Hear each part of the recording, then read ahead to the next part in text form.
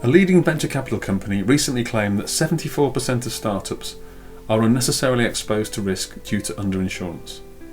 Hi, I'm Ian, co-founder of Focus 15, and today we're talking about insurance, which is basically a contract or policy where you pay a fee or a premium to an insurance company in return for their promise to protect you from financial loss if a specific event occurs.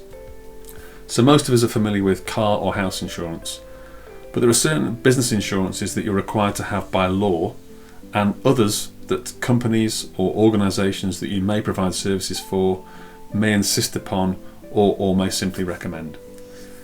There are literally hundreds of different types of policies available, and this is just a quick check of the most important ones that you'll need to consider. First up is employer's liability insurance.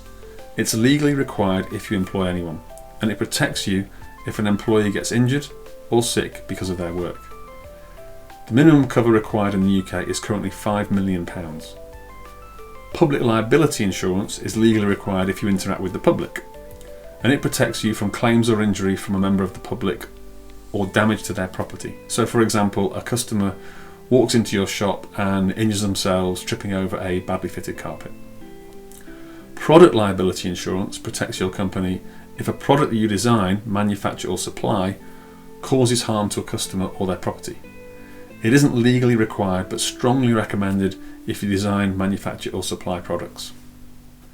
Professional indemnity insurance protects businesses and professionals from claims of financial loss or harm caused to clients due to professional negligence, errors or omissions in the advice, services or designs that they provide. It's not always legally required, but it's often a condition for certain professions or highly recommended. For example, financial advisors, solicitors or private tutors should have this. Directors and officers insurance protects company leaders and managers from claims arising from alleged wrongful acts committed while carrying out their roles. It's not legally required, but strongly recommended and often best practice for larger companies with corporate boards.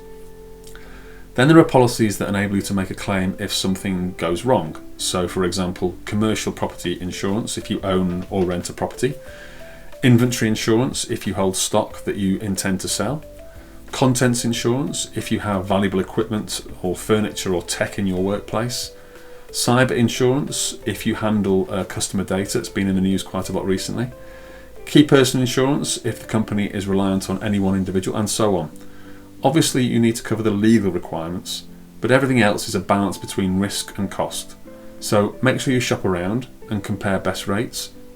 You may be able to bundle policies at better rates or get discounts by joining trade bodies, which is something we at Focus 15 do with our supplier network for companies on our programs. And try to run a tight ship, because good governance and no claims means lower premiums in future. Thanks for watching. If you found this useful, hit subscribe, drop a comment or get in touch at focus15.co.uk. In the meantime, stay focused and see you in the next one.